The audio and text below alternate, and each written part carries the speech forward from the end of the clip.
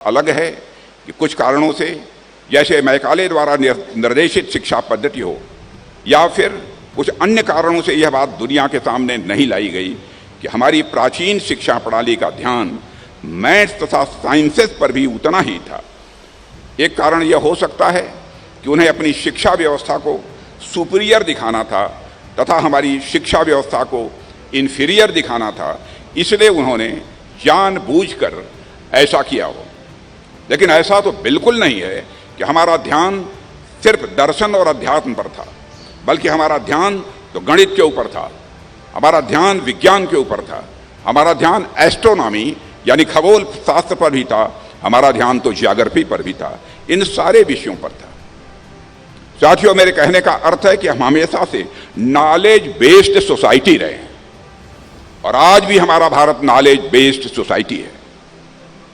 यदि मैं modern education की बात करूं तो आप सब जानते हैं कि जब भारत आज़ाद हुआ तो उस समय हमारी लिटरेसी, साक्षरता का दर अप्रॉक्सीमेटली 15% के आसपास बतलाया जाता है। लेकिन केंद्र सरकार, राज्य सरकारें तथा भारतीय समाज के अन्य स्टेक होल्डर्स के प्रयासों से आज स्थिति बदल चुकी है। आज़ादी के बाद से अब तक अनेक सरकारें बदली और सभी ने अपनी नीतियों के अनुरूप शिक्षा व्यवस्था में परिवर्तन करने का प्रयास किया है, पर सभी सरकारों का लक्ष्य एक रहा है कि कैसे नई पीढ़ी का समग्र विकास यानी उसकी पर्सनालिटी का कॉम्प्रिहेंसिव डेवलपमेंट कैसे हो, इस पर बल रहा है। साथ ही और एक नई सशक्त पीढ़ी हमारे भारत में कैसे तैयार हो, उस पर हमारा ध्यान रहा है।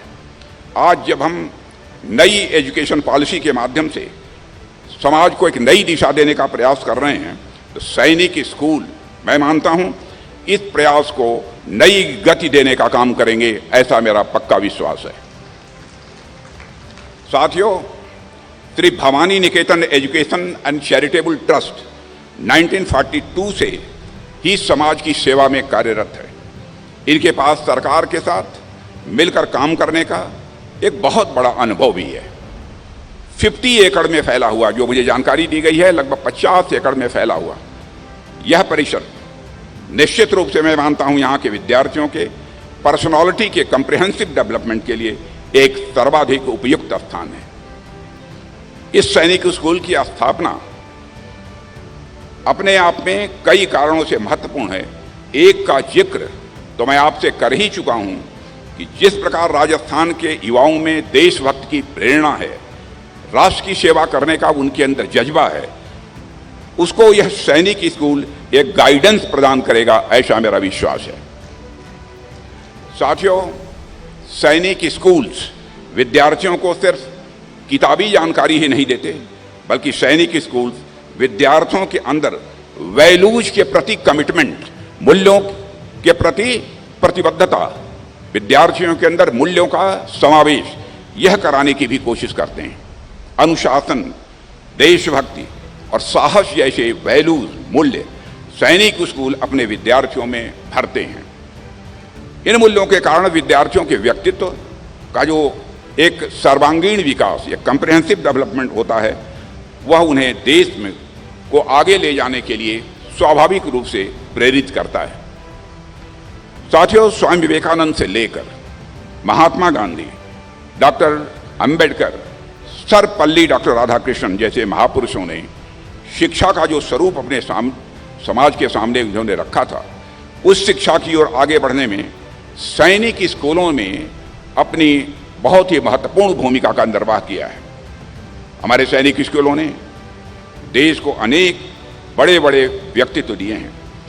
यदि मैं बहुत पीछे न जाऊं तो हमारे वर्तमान इस समय के हमारे army chief general Upendra Dwivedi और navy chief admiral Dinesh Tripathi सैनिक स्कूल से ही इन्होंने अपनी पढ़ाई की है। ऐसे हमारे आर्मी में ही नहीं, आर्मी के बाहर भी बहुत सारे लोग मिलेंगे जिन्होंने कि सैनिक स्कूलों में अपनी पढ़ाई की है।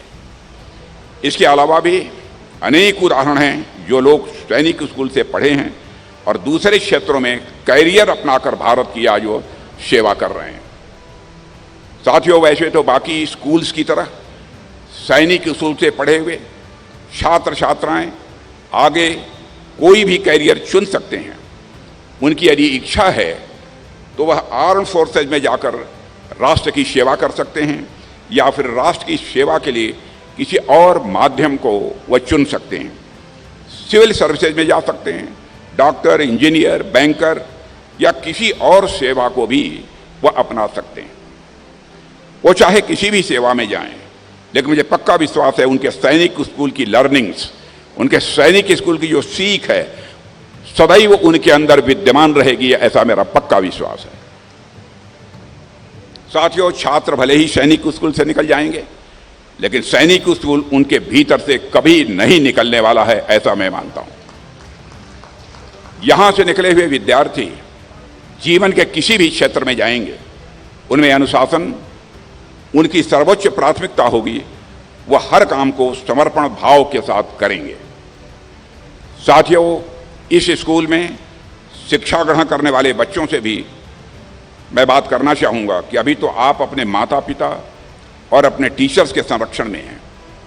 आपको हर चीज बिना खास मेहनत के उपलब्ध हो रही है, पर आगे आने वाले जीवन में आपको अनेक प्रकार की चुनौतियों के लिए खुद को तैयार करना ही होगा।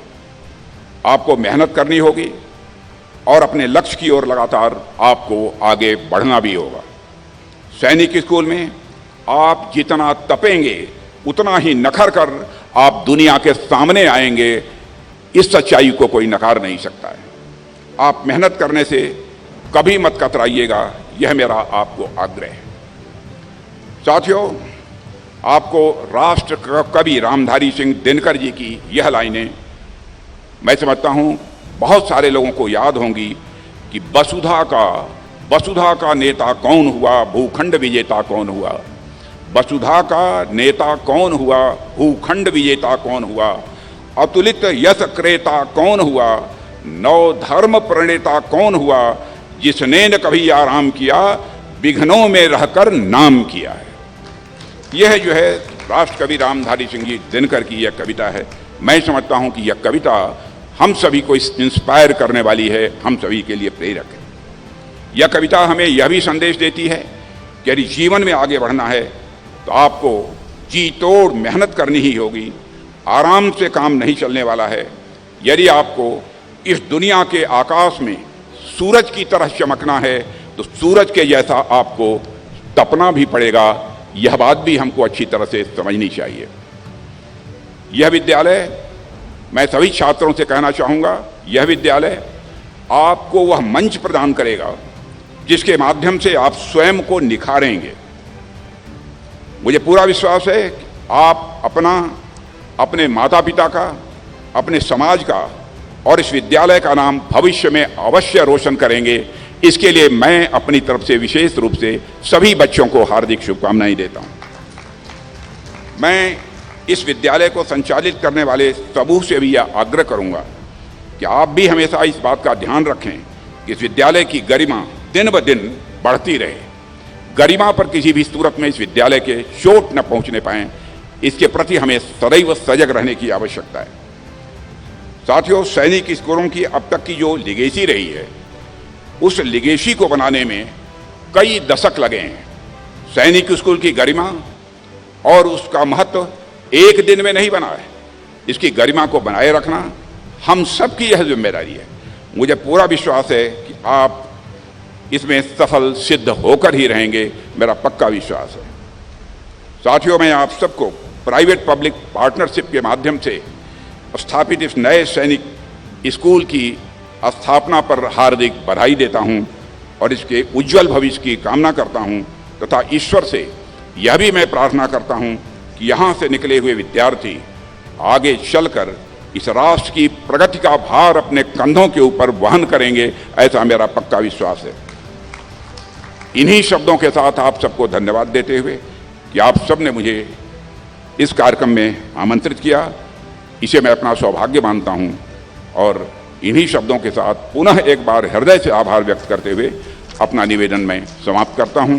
आप सबको बहुत बहुत धन्यवाद। एक बात छूट गई, इस विद्यालय के लिए जो अप्रचलित यानी जो हमारे पुराने एरोप्लेन्स होते हैं, टैंक्स होते हैं, उसको देने की बात हमारे इन्होंने की है चेयरमैन साहब ने कि वह चाहिए, उस संबंध में मैं कहना चाहूँ आप इसके लिए अप्लाई कर दीजिए। हम निश्चित रूप से भवानी निकेतन शिक्षा समिति को वह जो पुराने हमारे एयरक्राफ्ट हैं अथवा जो कुछ भी संभव होगा हम उसको उपलब्ध कराएंगे। इन्हीं शब्दों के साथ आप सबको बहुत बहुत